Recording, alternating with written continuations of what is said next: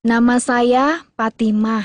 Hingga usia 30 tahun, saya hidup bahagia sebagai muslim yang taat. Suatu hari, saya mempunyai kerinduan untuk mempelajari agama Islam lebih mendalam. Keabsahan untuk menyerang dan perbudakan dalam Islam adalah awal di mana saya mulai mencari kebenaran. Saya membutuhkan waktu 9 tahun untuk menyadari bahwa agama Islam tidak mungkin berasal dari Allah.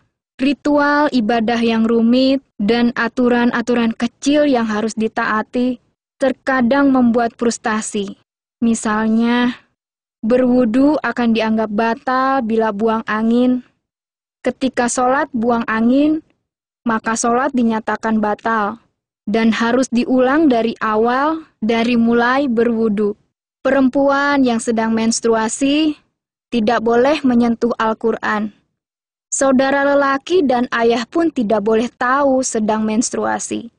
Bahkan ketika tidak puasa di bulan Ramadan, harus tetap bangun pagi untuk sahur, supaya kaum pria di keluarga tidak tahu kalau sedang menstruasi.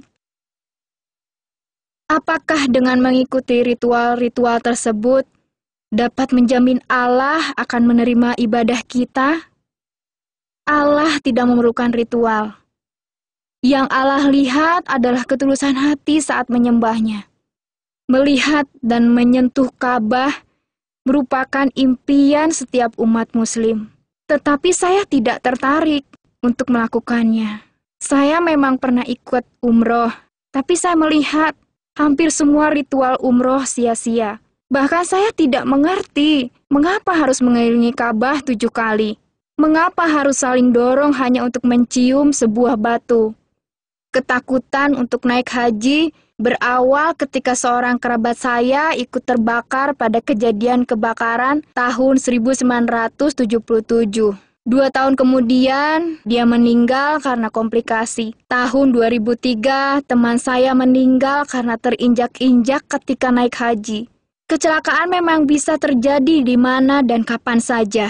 Tapi ketika naik haji, kita berangkat untuk beribadah kepada Allah.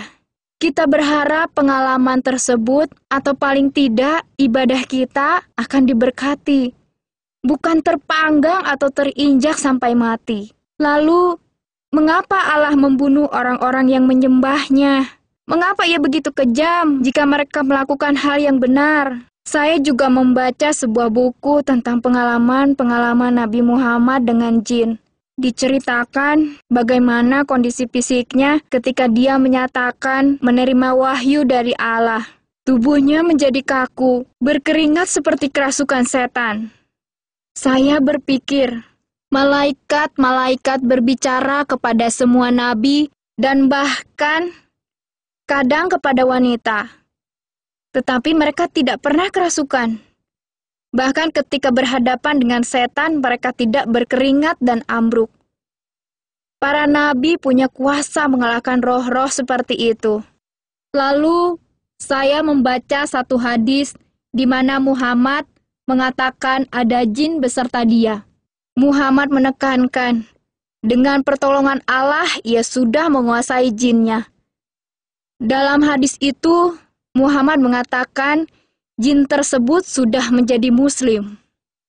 Tapi saya dapat merasakan ketakutan Muhammad yang tersembunyi tentang keselamatannya.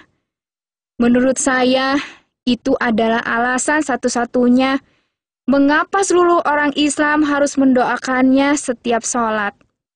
Kejanggalan lain yang saya temukan dalam Islam adalah jumlah ayat Al-Quran yang berjumlah 6.666 ayat.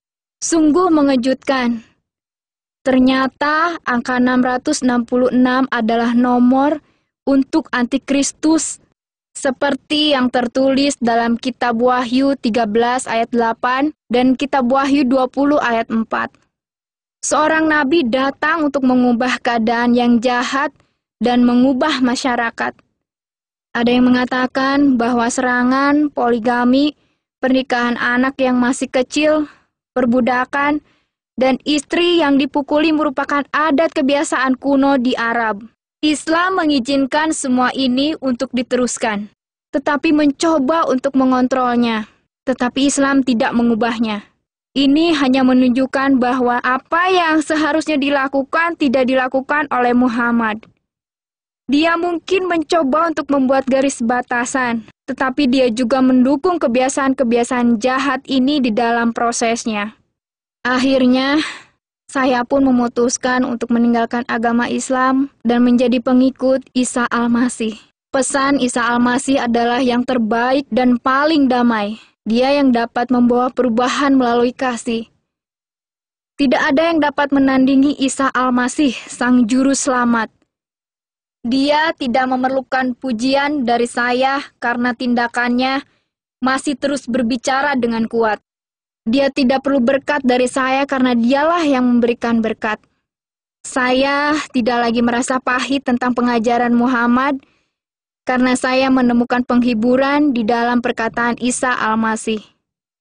Firman-Nya dengan lembut memberi peringatan.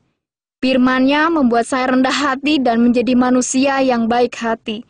Sekarang saya sungguh percaya, jika kita dengan segenap hati mencari kebenaran dan membuka hati serta pikiran, Isa Al-Masih akan menemukan kita. Sebab Dia telah berjanji dalam Injil, Rasul besar Matius 7 ayat 7, "Mintalah, maka akan diberikan kepadamu. Carilah, maka kamu akan mendapat. Ketuklah, maka pintu akan dibukakan bagimu. Sungguh Allah adalah gembalaku."